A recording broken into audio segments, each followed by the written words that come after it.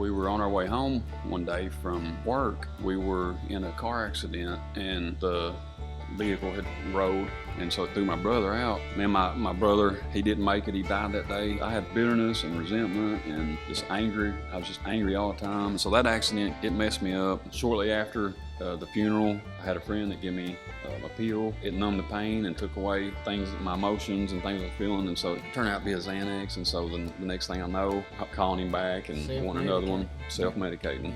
One thing led to the next, man. Went from Xanaxes to pain pills to weed, and so then I got to where I was shooting up, and then shooting up anything that I get my hands on. I didn't know that there was going to be a chase start in my life. Hello, guys. I'd like to thank y'all for tuning in to Redemption Road Podcast.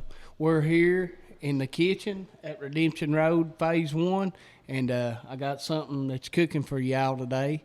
I'm Mookie, and I'm here today with one of my good brothers, Billy Newsom, and we also got another one of our good brothers, Mason Casada.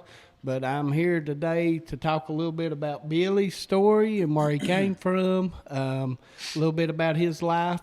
So, Billy, if you would, just go ahead and start out wherever you want to. Okay. Well, first off, I'd just like to thank God for giving me a new life. And it's so, I love the things that go on around here, and just being a part of this body, getting to pour in these men that come in that are broken and miserable and a mess like we all once was. And so that's so rewarding, and I'm just thankful the Lord has brought me to a place and give my life meaning. Absolutely, man. Absolutely.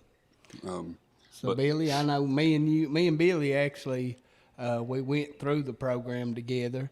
So we got kind of close during that. We were kind of some of the first crew that come through when it was actually just a little small house. There wasn't a big building. There wasn't a lot of room. You know, it was one shower, I think a 30-gallon hot water tank, you know. So we had to learn to get close, you know, and I think we built that kind of brotherhood. So, Billy, if you would, just start out and tell us a little bit about your life and how you kind of started out as your childhood and stuff like that. Okay. Yeah, so I grew up, I like to think I grew up in a pretty good home. Yeah. I had my father and my mother were both present in my life, and so had 3 sisters and 2 brothers. So there was people used to call us like the Brady Bunch because we had 6 kids. Yeah, big family. Yeah. And so pretty much, you know, growing up, I had grew up around in church, going to church, and so my grandpa, he was a pretty good influence in my life. He was a preacher, and so he was someone that I always I looked at his life and seen like a joy that he carried, and there were so many things about him that he carried, and it was appealing to me, and so like I always tried my best to kind of hang around him, and so we moved from where we were living at the time in Ashland, Kentucky. We moved to Powell County. I ran middle school. So now it's a little bit secluded out there. There ain't much going on, right? It's kind of back tucked away in the mountains, you know. Yeah, it's just a little town, man. It's seated in between some bigger cities. Yeah. But as far as like in Powell County, there's not a whole lot of opportunity or a whole lot going on. Yeah. So, and so as I got there, I seen that I started making some friends with some guys that played on the basketball team, and so I felt like that was probably maybe something I wanted to do, and so I got playing basketball. So what you're saying is you might kind of like to play basketball a little bit. Yeah, just a little bit. I'm no good, but I try hard. So. Yeah. And so as I started to make my own friends through sports, I started kind of getting off on like weekends. I would drink a little, or maybe hit a joint. Yeah, just with the crowd, just trying to fit in. Going with the flow. Yeah, and that's the way so many people get started. You know, we just trying to be popular or something like that, trying to hang out, fit in. You know, and you got these guys that they're drinking, smoking, whatever, and you don't want to be left out, you know. Mm-hmm. So that's how a lot of addiction starts. It is. Yeah, that's exactly right. I was How just it trying started with me, probably how it started with you too, wasn't it, Mason? Yeah. Yep. I was just trying to find a place where I fit in, and so I was doing what it took to fit in. Yeah. And so growing up, me and my brother were, my oldest brother, we were real close. He was just 2 years older than me, and so we shared a room and kind of like best friends all growing up. Yeah. And so in that moment, as I started to make my own friends and go on my own path, but there started to be some separation between me and my brother. And so as I would go on, man, I started making, like I said, making some bad choices, doing things that normally I wouldn't. And so I always grew up, my uncles, I never really grew up in a home where there was addiction or alcohol or drugs. Yeah. But my family, my extended family, my uncles, and they all were in it. Yeah, we're drinking, smoking, stuff like that. Yeah. So I seen their life, and I knew that it was nothing that I wanted. Yeah. So, so I thought I would do my best to stay away from it. And so before I knew it, here I am, dabbing in it.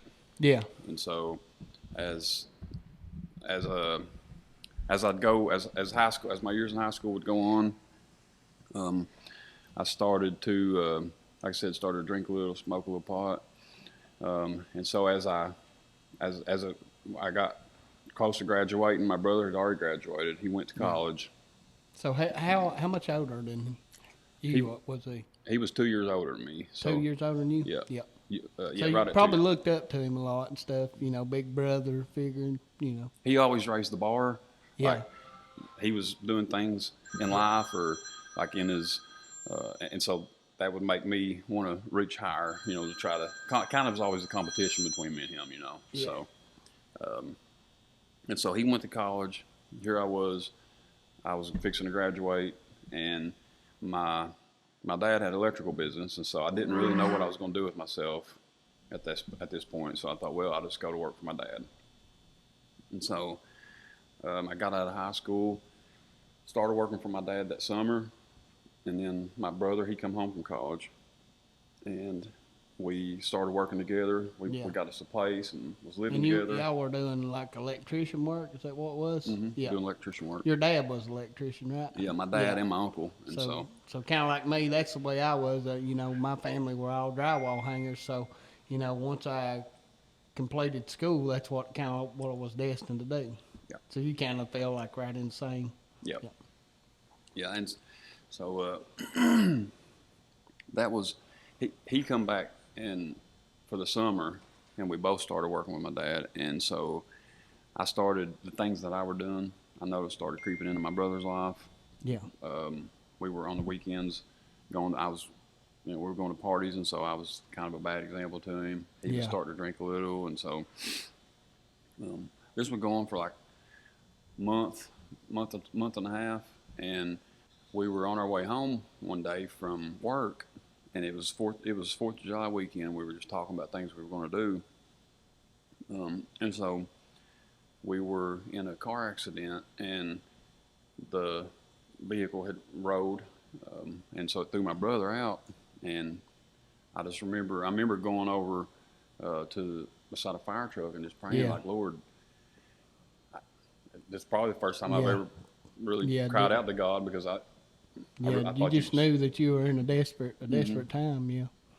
And so, man, my brother, he didn't make it. He died that day, and so it did something to him, man. It said I had bitterness and resentment and just angry. I was just angry all the time. So the first time you had ever had an encounter with God, you know, it ended up not being, you know, and it probably made you hard towards God, you know. And yeah, because I think the problem was that I thought I just cried out to God when I needed help. Yeah.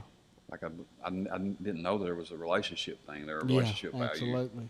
And so now that I've been walking with the Lord for a few years, I know that it's different. Yeah. I know that it's an everyday thing. Yeah. So, but man, so that accident kind of it messed me up.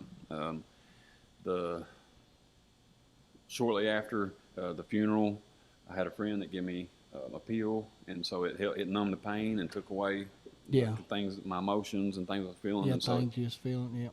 it turned out to be a Xanax, and so the next thing I know, I'm calling him back and wanting another one, Self-medicating. self-medicating. Yeah.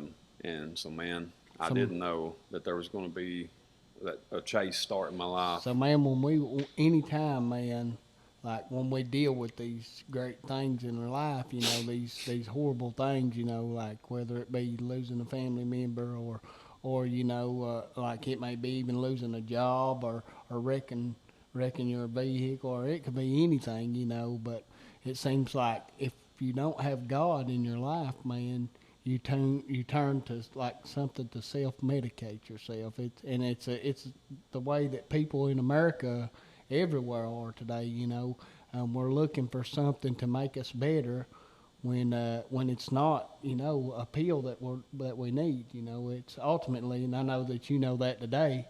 You know that it's God that we need, but we try to put our faith in so many other things. You know that we're going to take this pill and magically we're going to feel better. You know, and we don't look at the underlying issues that come with that. You know, what's coming ahead. And it's all just a temporal fix. Yeah, it is. Because, like my whole life, I've always had this kind of this emptiness inside. Absolutely. And no matter what I chased, whether women or drugs or Yeah. a good job or money or fast cars, it was just temporary. It was just, it would feel good for just a little bit, and then I'm looking for the next big thing. And so Absolutely. the Bible talks about how there is pleasure in sin for a season. Yeah. And so, man, that is so true. Yeah. Looking back on my life, my life was full of sin. Man, I was a thief. I was a horrible dad. I had kids, little girls, man, who certainly needed a father. Now, how old was you, Billy, when you had your first daughter? So when I had my first daughter, I was 19. I know you've got 3 daughters, right? Yep. Yep. Yep. I've got one, Brianna. And an adopted stepson. Yeah, little May. He's been an addition to the family here lately. So Yeah. I think he just comes around for the good cooking, the good food. Yeah. I don't blame you. But then I've got Kirsten and Kyra. Yep. And so they're, but like I was saying, I wasn't prepared to be a dad or had any thoughts about being a father. Yeah. I was just wrapped up in like fornication and just sin, man. So my life was so full of sin. I didn't know at the time. I thought I was living just like the world would say that I was living right, because everybody around me, the people that I had made my friends and that I hung around, that's the kind of life they lived. And so one thing led to the next, man. Went from Xanaxes to pain pills to weed, and so then I got to where I was shooting up. And then shooting up anything that I get my hands on. Yeah. And all this stemmed from that tragedy that you had in your life. I mean, you were already getting high, but it was kind of like an innocent thing then. But then when you got this great loss in your life, you really started to really not even, and that's the way, you know, you just lose control. You get on these drugs, man, and before long, I mean, it starts out as a numbing thing to numb you. Then before long, it starts out, it becomes something that you have to survive. I mean, a lot of people don't understand. They're like, you know, of course we can live without drugs, of course. But when you're in that situation, man, I mean, you feel like, hey, man, I'm going to die if I don't get high today, you know. Yeah. And that's where a lot of people get trapped into it, man. It's a disease, man. It is. Well, I know the Bible talks about if you raise your kids up in His way, in the way, they'll never turn from it. Absolutely. And so, man, we've all got a story of trial and turmoil. And so if I had known that there was a relationship with Christ was possible for me, I think, because now we still all have like hard times and things we go through. And so, but now I turn to the Lord. And so He's always given me strength and victory in it. And so that's not something I knew then. All I knew to do was turn to the world. And so I turned to the world, and that's what the world gave me. Yeah. And so, but man, I was, like I said, I was just a horrible father. I was horrible son. I'd got to a place where my family didn't want me around. Yeah. My kids. And I know several times. I know you've been incarcerated several times, and I know you've tried different things. Like you've been in rehab a few times, haven't you? Yep. Yeah. Yeah. I've been in over my 20-year span in addiction. Every year I had at least 2 or 3 months I was in jail. Just different points of the year, and so jail got to be a place where when I wanted to see my buddies. Yeah. I ended up there, and so like I knew all my buddies. I knew that's where they was going to be, and most of the time they were probably holding dope, and so like it wasn't much of a punishment, Yeah. If anything, you got more connections there. Definitely got more connections. Yeah. Yeah. And so man, that was a life that I'd got used to, and so it was fun for just a little while, but it got old quick, and so I got to a place where I felt like I was trapped. The only way out was death. And so I started walking around telling my wife and my mom, and it's like, what do you do with the disease? You kill it out. And so like it was my way of like kind of being suicidal. Yeah.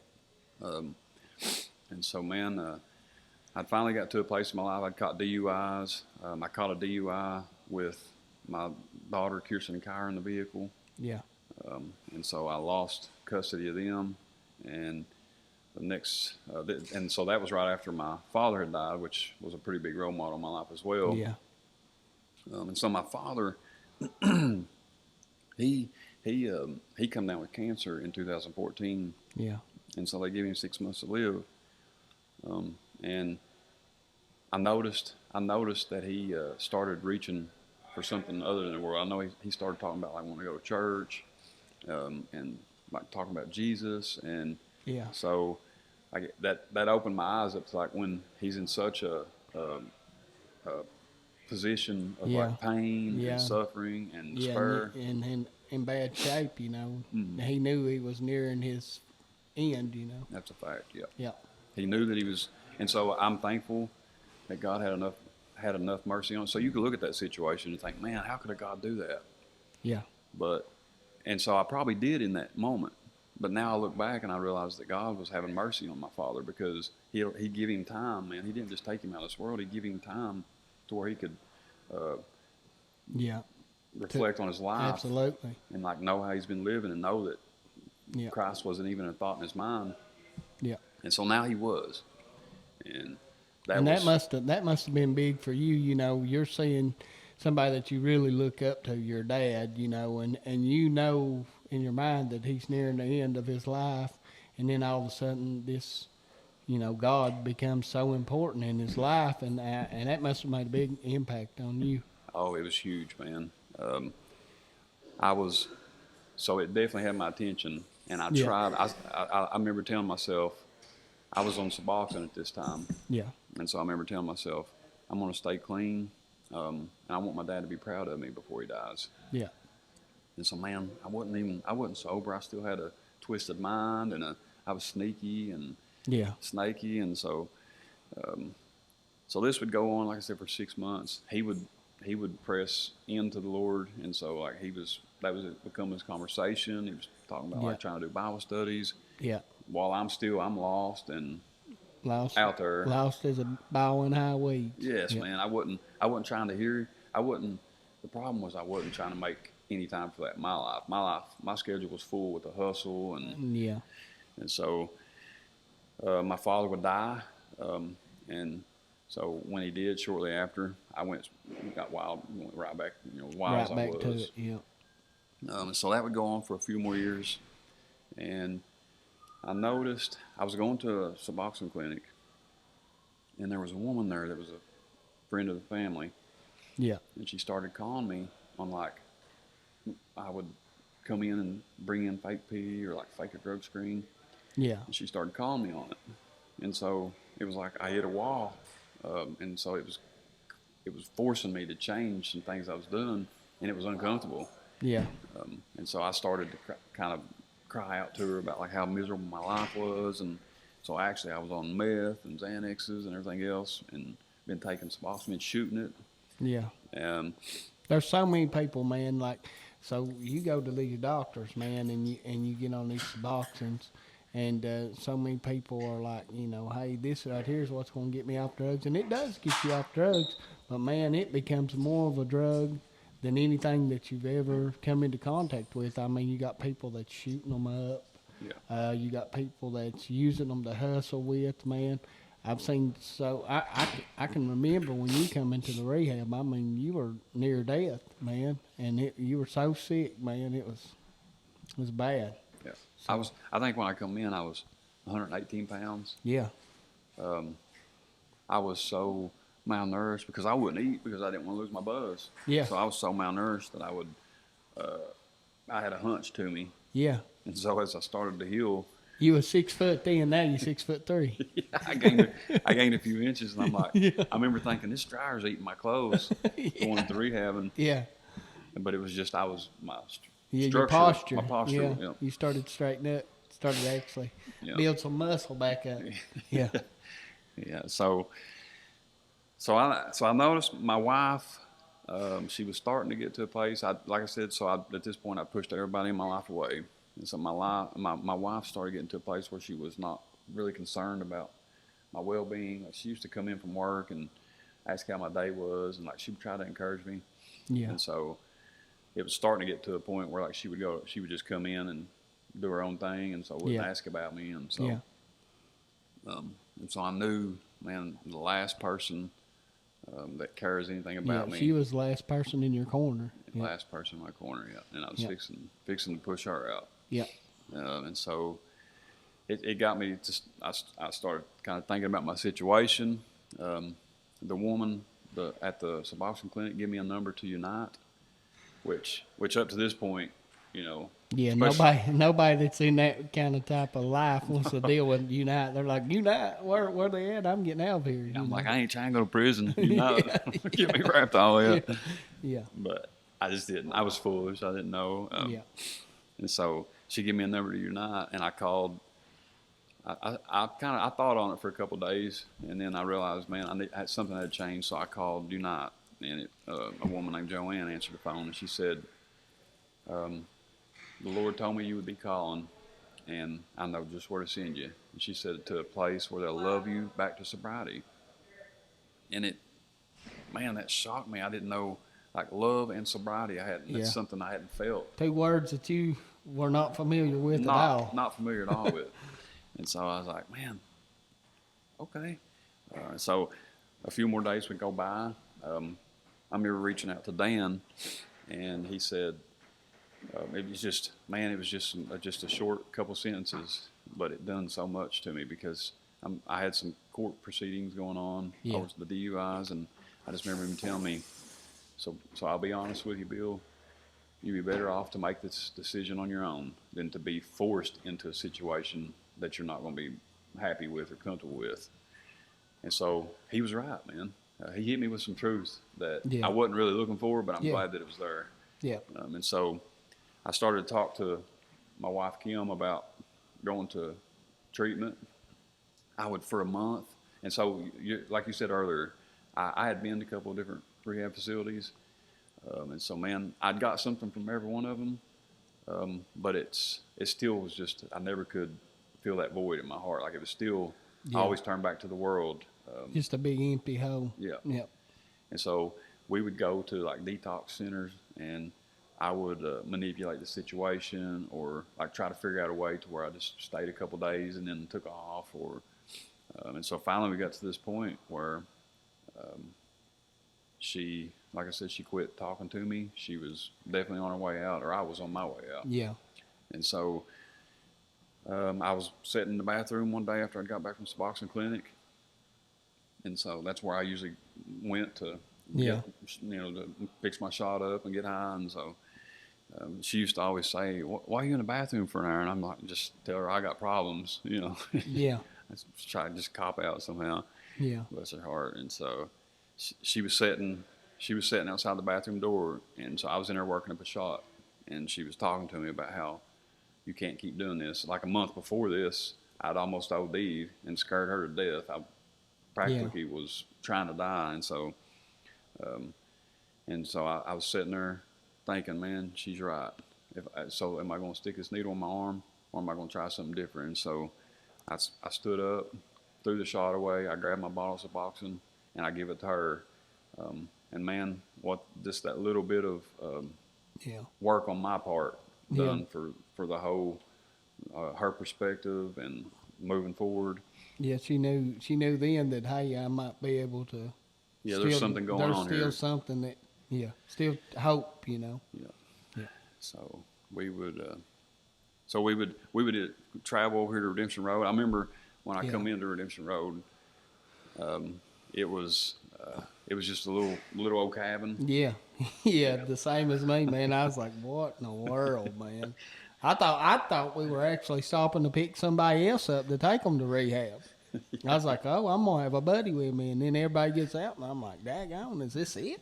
Yeah, those are the type of places that I hung out in addiction. Yeah. So I'm like, oh, this is where I'm gonna find recovery. I don't know about that. We'll see. But so I'll be honest, man, it wasn't the place.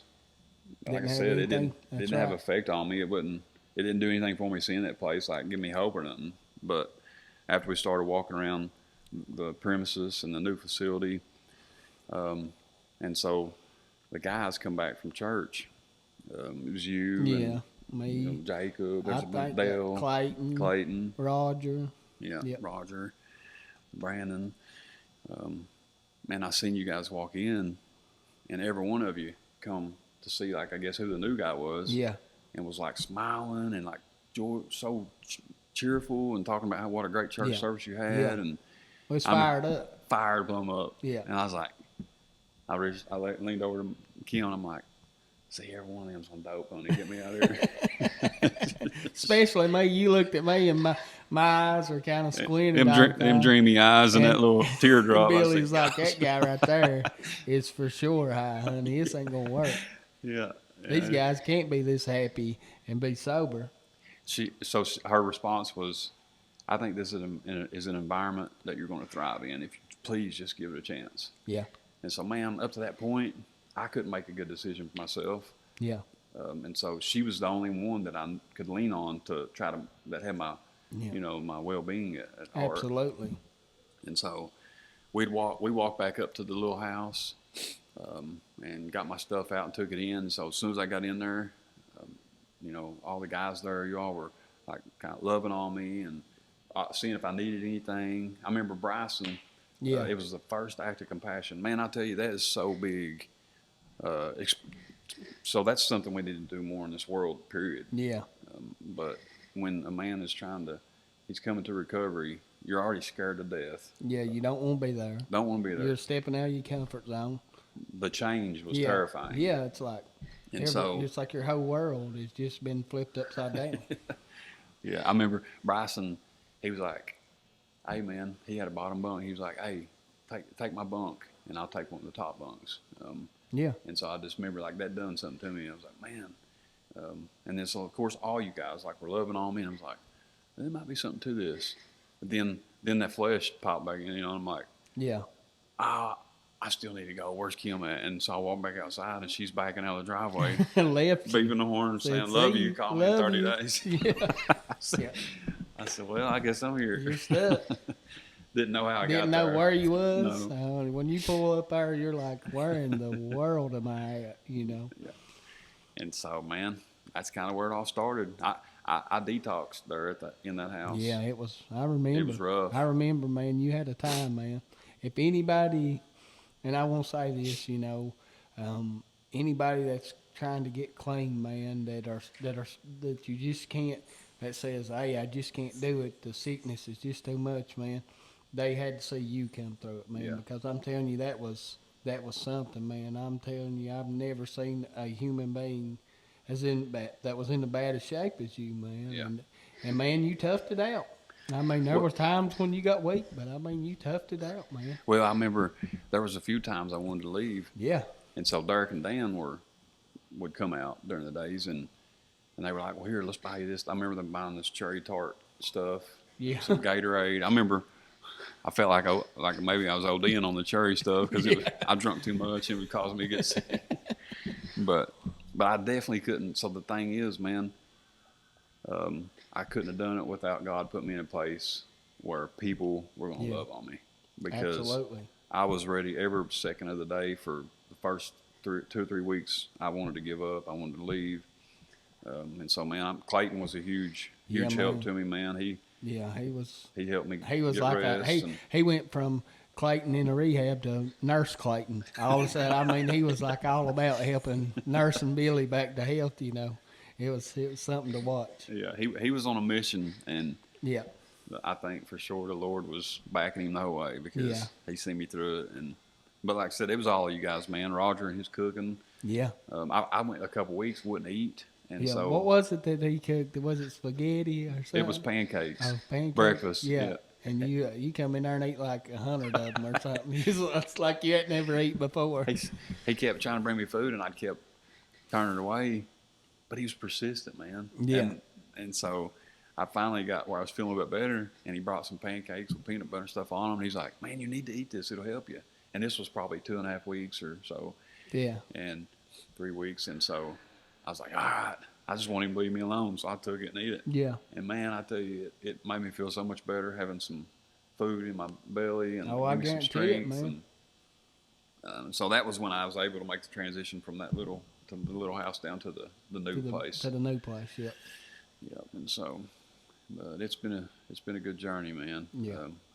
I was there almost about a month and a half or so, man. And so we would have Bible studies and church. At church, I would remember like just the Lord dealing with me so much, man. Some of them like the first group, man, and I mean, we still have unbelievable church services, and I mean, we've still had a lot of. I know the Lord's moved miracles and moved in crazy ways, but man, I can remember that first group, man. I mean, like, we were on a mission. It was like the Lord was grooming us to say, hey, look, y'all ain't going nowhere.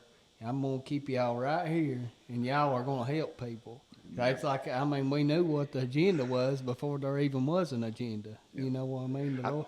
I think we were so Tyler Dunn, Christian Bruce, Dan and Derek, Josh, like we were all kind of they were pouring into us, man. I mean, they were like, it was... But it was kind of like just a scatterbrained situation. Like all we had to do was trust on the Lord. Yeah. There wasn't any structure at that time. We knew we couldn't trust ourselves, you know. I mean, we knew that for sure. And so I can remember coming in, we'd be fired up singing like some Kim Walker Smith. I mean, just letting her ring out. Yeah. That was some great memories. I built some very good friendships and relationships to that, man. I've got guys.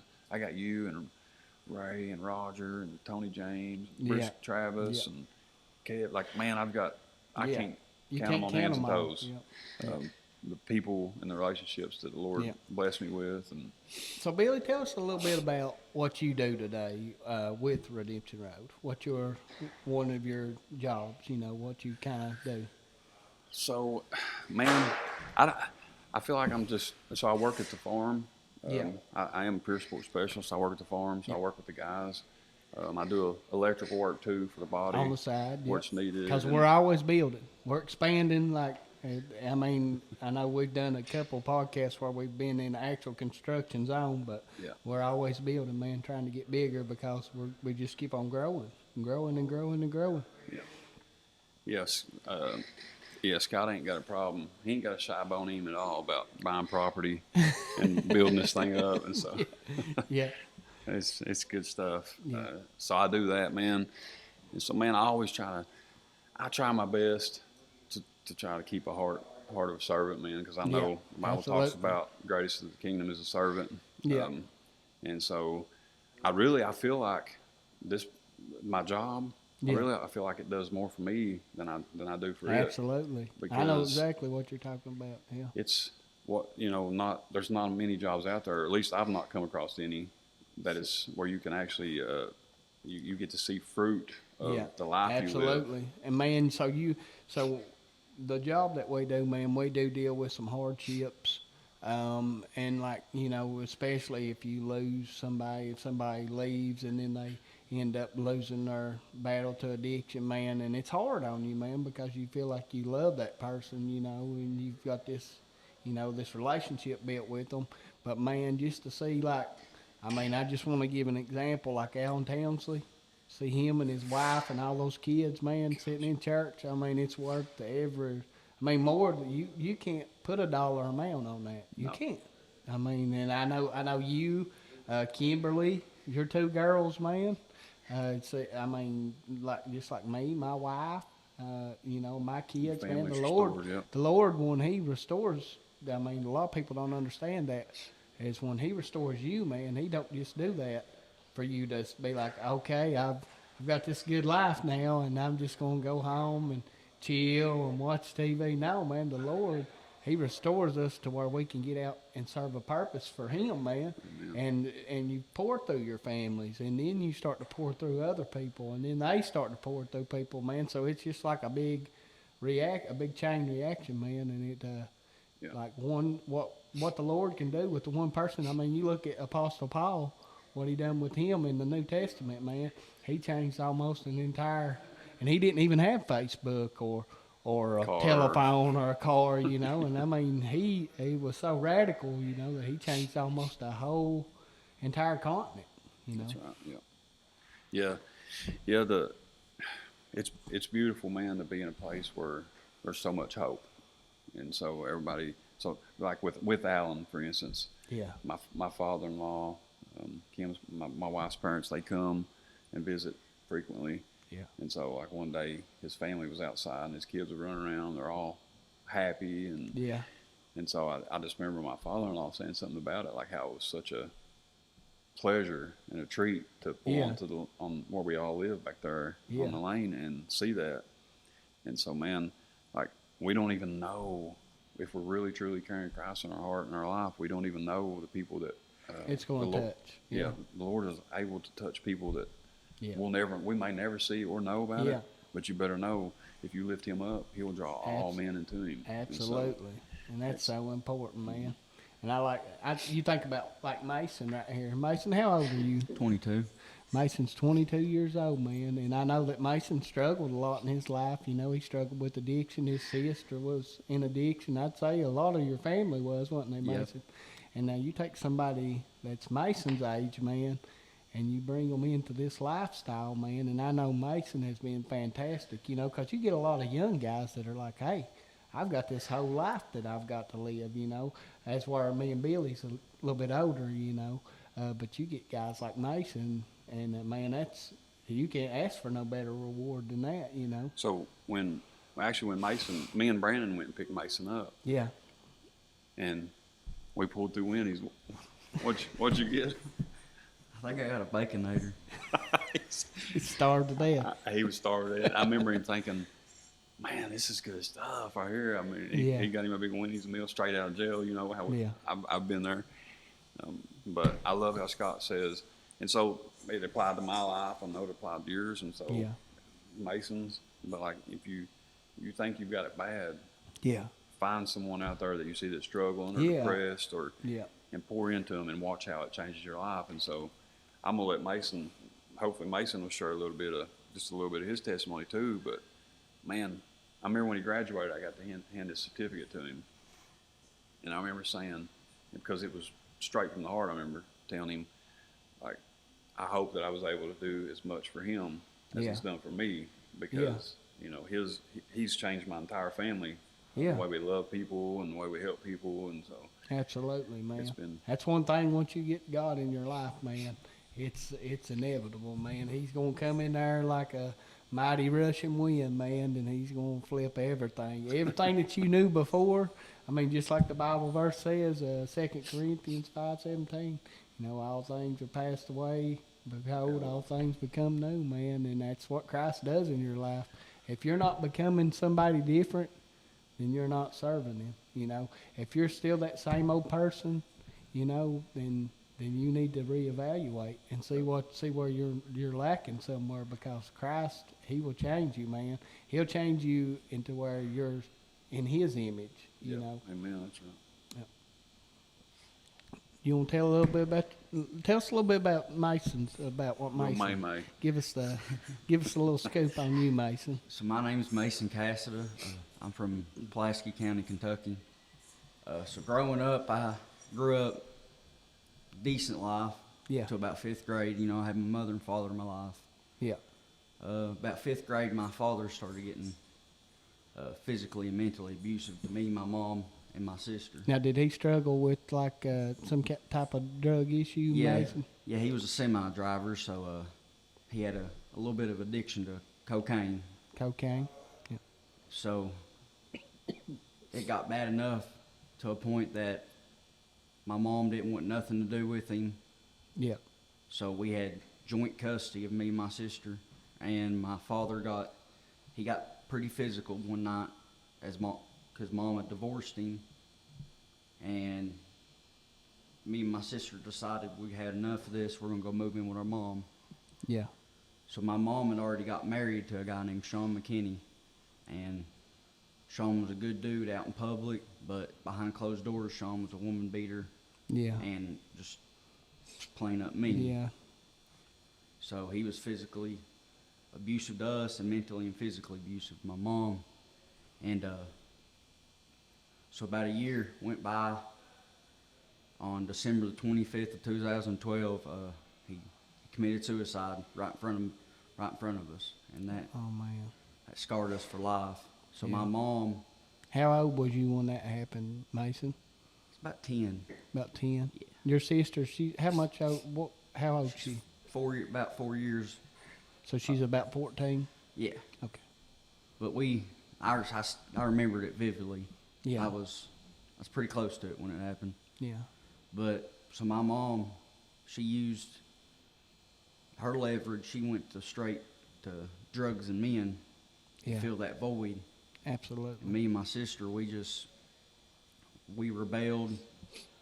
So right before that happened, my dad had gave his rights up to keep himself from getting in trouble. Yeah. So we really didn't have a father figure, no one to tell us what to do. So y'all were pretty much raising yourselves. Yeah. Yeah. We You see that a lot from around here, man. Like, I know you're from Somerset, right? Yeah. And man, there's so many kids around here that's parents that struggle with addiction, man. And you look, and it's the kids that are raising themselves, man. You look at these kids, and they've got these terrible attitudes, but you're like, man, somebody ought to do something. That kid needs this and that. Now, what they know, the majority of the time, what they need is a parent. You know, they need somebody because at home, you know, they ain't got nobody. You know? Yeah, Josie was telling me the other day, he works with Unite, and he was telling me how he was at a school, and so there's what is it called, day school or Day treatment. day treatment, Yeah. and so he For was troubled for kids, troubled kids, yep. yep. And he was in there just kind of witnessing, testifying to them, and so afterwards he talked to the principal and was talking like, what's the issue here, and is there something we can do, and talking about like the parents, and he was telling me that the principal told him, said every one of these kids that are in day treatment don't have a father or a mother in their life. Yeah, and that's So- it, man. That's just like Mason was. Yeah. Yeah. So I went to day treatment. Yeah. So it's a juvenile facility. That's where I got in trouble my sophomore year in high school. Yeah. So right before that, the state come in and counted my mother as an unfit parent. So my grandparents took custody of me. So now, had you started using drugs by then, Mason? Yes, I was already smoking pot and doing pain Yeah. pills. Yeah. And so they sent me to date treatment. So date treatment, you got a little of a foundation. You know, you got to tuck your clothes in. Little structure. Yeah. Yeah. So I had to get clean right then and there because they do drug tests. Yeah. So I had a little and moving in with my grandparents. So my grandpa, I was a little wild child. So the only way he knew how to handle me was give me a weed eater and set me in a 60-acre field and weed eat it. Yeah, just like on hose. How you make a bad Daisies. kid a good kid, you give him a shovel and put him digging. Yeah. So I didn't know that he was just giving me a little structure. Yeah. So I done what he told me to, went to school and made it my junior year in my junior year, I made it back to regular school. I got back up on all my grades. So I went back to Pulaski County High School and found a girl, my first high school sweetheart. Thought I loved her, but I was still living the same old life. I got back smoking pot and started selling it a little bit. And by the time I graduated, I went from just partying every other weekend to I was strung out on dope. Yeah. And went straight downhill. Man, it's crazy how fast it happens like that, man. I remember starting out doing drugs. I was like, I would see these guys snorting pills, and I was like, I ain't never gonna snort nothing up my nose. Yep. And then before I knowed it, I'd end up snorting pills, and then see them shooting up, and I'll never shoot nothing up. And then now I'm shooting up, and next thing you know, you're eating pizza out of a dumpster. Yeah, that's the way it goes. That's right. That's the way it went for me. Yep. So in 2 years, I went from starting a home, had a vehicle, making $60,000 a year. Thought I was doing good for what a 19-year-old should be doing. And before I knew it, I was right at the bottom of the gutters, living in the woods, homeless. Yeah. Bad enough that the drug dealers didn't even want me around. Yeah. So I was an IV user too, but I got in trouble, caught a possession charge, and so my sister come through Hope City in 21, and so she was telling me about it, and I said, I give it a shot. I've got to go to I've already probation You had violation. to do something, yeah. They was going to send me to rehab anyways. Yeah. So got a bed letter for here, and got here, and didn't want to change. Still didn't want to. I was just stubborn, young, thought I was going to be doing it my way like I'd always remember done. you had a hard time when you first got here. Yeah. I remember that. You had that big old long hair then. You was a little bit better looking. But so I got here and didn't want to change, and I remember just guys coming to me and pouring into me. So I never had a male come to me and be like, love you, man, pat you on the back or anything. Yeah, because you never had a father for most of your life, So everyone just kept telling me, man, all we want you to do is get closer to the Lord, to pray and just read your Bible. So I grew up with my grandparents. I went to church every Wednesday and Sunday. Yeah. So I knew the Lord. So you knew that there was something to it. Yeah. You just didn't want to count the cost of it. So I always used what happened in my childhood with my stepdad killing himself on Christmas Day. That was my cop out for everything. God, how can I love you and you love me if your son, the same day your son was born, my stepdad killed himself in front of me. Yeah. So I use that as a cop out for everything. Yeah. And the Lord let me know from the get-go that he had plans to prosper me and not to harm me, to give me life, and more abundantly than I've ever known. Absolutely. And from that, since I got here, man, I started praying for my father to get back in my life, and I have my biological father back in my life, and he's a good man, goes to church, he's good. Good foundation to be around. Yeah. I got family restored that I ain't had restored since I was running wild. Yeah. It's all to the Lord. Yeah. So I know you're a young man, Mason, and you see it so many times that, these younger guys, like we've had just people here just recently, man. These younger guys, they get graduated and stuff, and they think that something's owed to them, they think they have something to offer, man, and we got to know that, hey, Christ did it all. There's nothing that we can do to repay him or even be worthy for the sacrifice that he's already made for us, man. And the only thing that we can do is to know that, hey, whatever we do in this world, we have to lift him up, man. We have to show him, and that would be, that be what he have us to do, but still not worthy of the sacrifice that he gave for us, man. And, man, you get so many younger guys, and they're super prideful, man.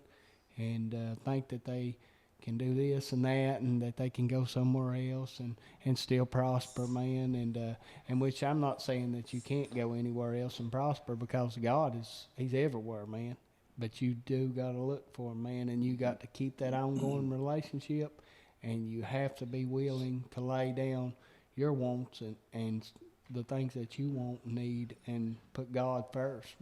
Yep. You got to take up your cross and daily. I mean, you have to take it up. So I know what showed me in that situation. So we had a guy come through here named Logan Martin, same age as me. Yeah. Me and him went through the program together. I thought I was real close to him. We was gonna hang out after we graduated. So 6 days after he graduated, he OD'd and died.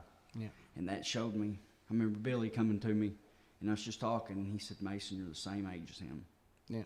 You might want to think this through." Yeah.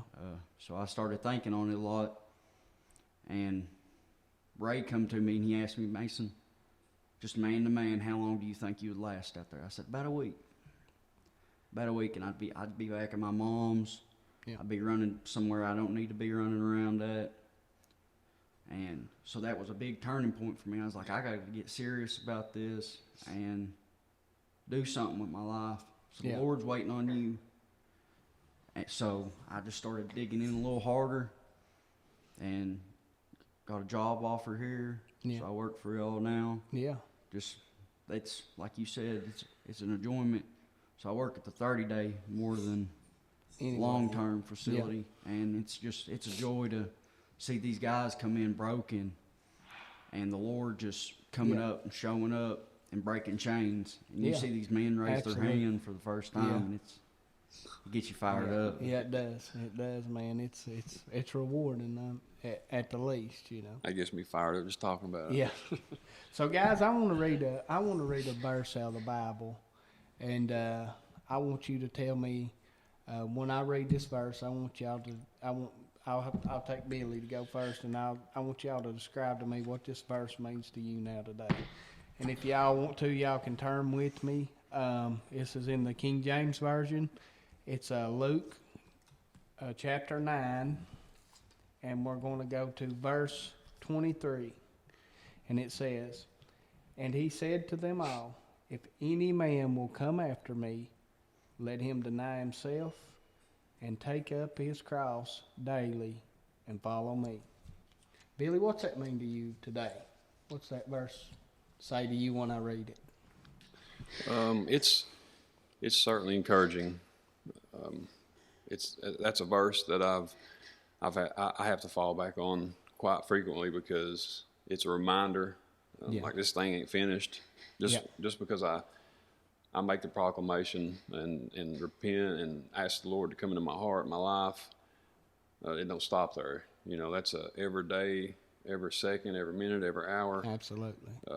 And so it's that verse keeps me going, man, because I look back on this thing. I remember T. Dunn said something to me when I first come to the program. He said, "Man, if it was easy, everybody would do it." Absolutely. And so, like, stuff like that, man, those are things that I hold on to.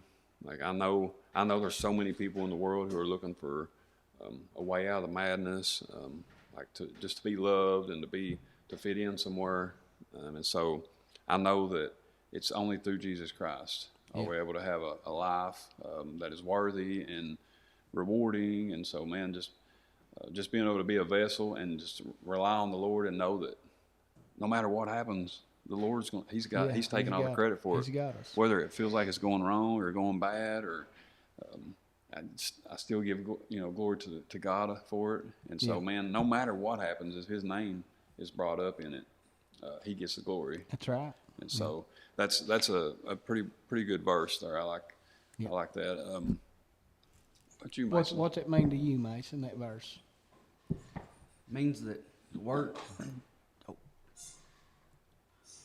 that it's still not finished. We're still working and thriving as a discipleship to still open the doors and let guys come in and just keep opening to them. Yeah. And you still gotta pick up your cross and carry it daily. Daily, yeah. That's the most important part in that verse, man. I think of, so like, you know, I can choose God today. I can get up this morning and I can pray. I can choose God, and I can get up tomorrow and I can choose God. And I can get up the day after that and I can choose God. But next Wednesday, I can get up and I can choose Satan. You know, I can choose myself. I can choose flesh. You know, and that's such an important reminder to remember that, hey, you know, this thing is an everyday thing. It's not just a one-time sealed deal. You're done. You know, you've got to be willing to get up, and you've got to call out to God every morning and say, hey, be with me throughout my day. Help me to show your kindness and your nature, and to spread your mercy out and to help. And man, God will certainly do it. It's no question as if He'll do it. It's as if we'll be willing to make that sacrifice every day. We'll be willing to show Him throughout. Do we want to go to the jail and do a ministry, or do we want to just stay at home and watch the Kentucky Wildcats play? Yeah. You know, that's a choice that we have to make, you know. And it's you know, as the days go on, it seems like we did a jail ministry last night, and I told Connor, I'm like, man, it's every Thursday, because we do them on Thursdays. I'm like, it's every Thursday, man. I've got a million things going on, man, and I know it's just the devil, you know. I know for sure. And so, man, if I don't get up Thursday morning and be like, hey, man, I don't care if my house is on fire, I'm going to do jail ministry and make that commitment to God, man. If I don't do that at Thursday morning, then I'm probably not going to make it down there, you know. And, man, and there's not been one time that I went down there and done a jail meeting that I've come out and been like, man, I wished I would have just stayed home and watched the game, or man, that didn't go well, man. I mean, every single time I went down there, you know, the Lord showed up, and you know, it's just making that sacrifice to do it, man, and staying obedient. Obedient is key, man, to being in the will of God. Yeah, so that's one. That's definitely one of many things that I love about this body, because everyone's so eager to get out and to work, preach the gospel. Yeah, to work, to be a soldier for Christ, and like we do it through jail ministry. You wouldn't think there would be a ministry field in when we play softball, play in the softball league or tournaments, or hey, you can find a ministry field in anything you do. That's right. I mean, you can. You just gotta be willing, you know. That's right. And so we do so many amazing things here, man. So the guys, we're able to treat the guys like family as soon as they get here through the whole program, and then hopefully if they stay after and work with us, and we go caving and kayaking, and like, man, there's a beautiful thing here, and so it all revolves around the Lord, and that's why it works so well. But well, I want to thank each one of you guys for coming down here today and doing this interview. And I'd like to thank y'all guys for tuning in. And guys, just remember, if you know anybody that's struggling with addiction, anybody that just needs to maybe talk about Jesus or anything like that, man, our phones are definitely always open. You can get a hold of us at Redemption Road.